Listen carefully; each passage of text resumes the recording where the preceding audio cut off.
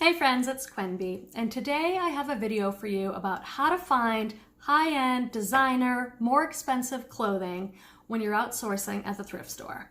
In other words, how to spot a bolo. Hi friends, and welcome back to my channel. I am the Grateful Queen, and this is a channel all about reselling online. I shop at thrift stores, yard sales, estate sales, and the bins. I buy things to flip on sites like eBay and Poshmark. I hope to encourage you to buy secondhand and maybe even resell. I'm grateful to be self-employed and work from home, and I'd like to inspire you to make more money and love what you do. So what exactly is a bolo? Bolo stands for be on the lookout, and these are usually higher end, expensive items that resell for a lot. There's some controversy about what constitutes a bolo. Is it something that sells for $35, $50, $100? But what we can agree on is that it's an item that sells for more than your $20 everyday flip. So in this video, I'm gonna break it down into 3 tips. These are sort of sourcing strategies that I use when I'm out thrifting. And in order to illustrate this, I'm going to use this sweatshirt here. So I'll pop pictures up in this corner here. This sweatshirt here is a very plain green men's sweatshirt, and yet it's sold for $80 within a few days for me on eBay. I had listed it at $99 with best offer because that's what comp showed they were going for, around the $100 mark. Within a few days, someone sent me an offer for $80. I gladly accepted that offer because I only had a few dollars into it myself. Now, how did I know to pick up this very plain men's sweatshirt? The first tip for how I spot higher end items is, how does an item feel and what is the fabric like?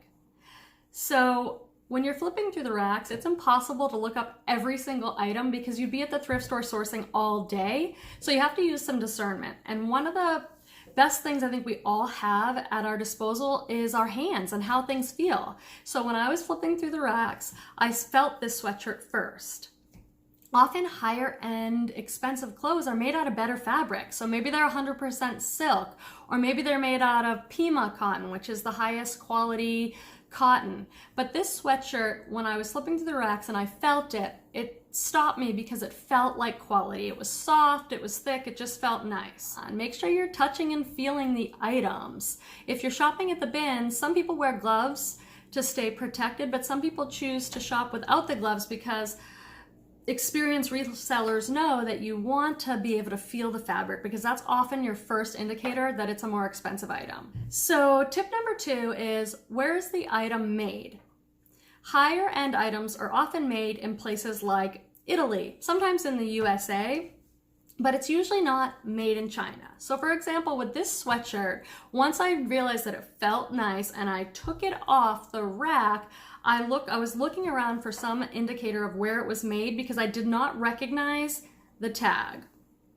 And when I opened up the sweatshirt and looked in the body, I saw this tag that said made in Italy. So that really slowed me down and made me realize I want to look this up.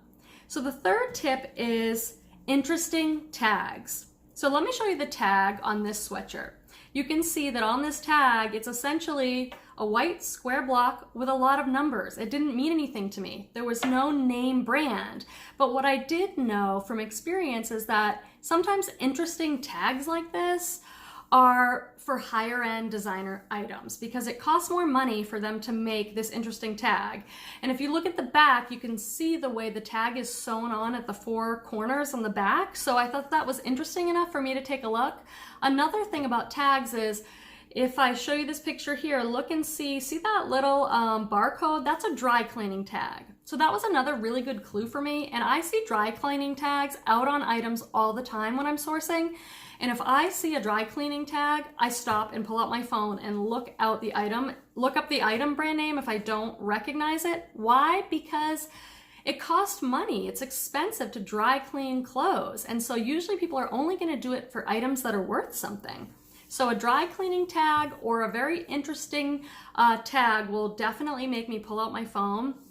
So I couldn't find anything because, as you can see, this tag has nothing but numbers. So here's another tip about tags. If you can't find the information that you're looking for immediately on the tag on the neckline, search around. And often high-end designer stuff, they don't put the tag where you expect. So make sure, even if you have to flip the item inside out, find a tag somewhere. So I did find the tag here, and I found the made in Italy, and I found also European sizing. European sizing is often an indicator of a higher end item. So keep your eye out for the numbers. Even if you don't know what the size is from the number, you can look it up when you get home. So what I discovered was I knew enough that I wanted to buy it. It felt amazing. It had a really interesting tag. It had a dry cleaning tag, and it was made in Italy. That was enough for me to take it home.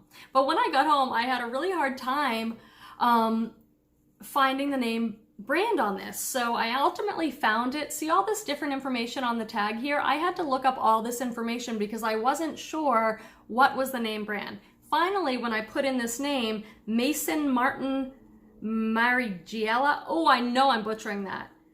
Mason Martin Marigiela, it's probably Italian. That's when I saw on eBay all these really high-end bolos pop up. So again, just to recap, the 3 tips are feel and touch for really good feeling fabric. Where is it made? If it's made in Italy or made in Spain, I'm usually picking it up. And lastly, look for interesting tags, interesting name brand tags, interesting tags inside the garment, anything that looks unusual or looks like the company put a little more money into just making the tag. I'd love to hear from you in the comments. Do you have an experience with finding a bolo that we could all learn from? Make sure to leave it in the comments below. If you love reseller content, if you love thrift hauls and mystery unboxings, be sure to hit subscribe and the little bell notification so you know when I'm coming out with other videos. I would love to have you as part of our community here on the channel.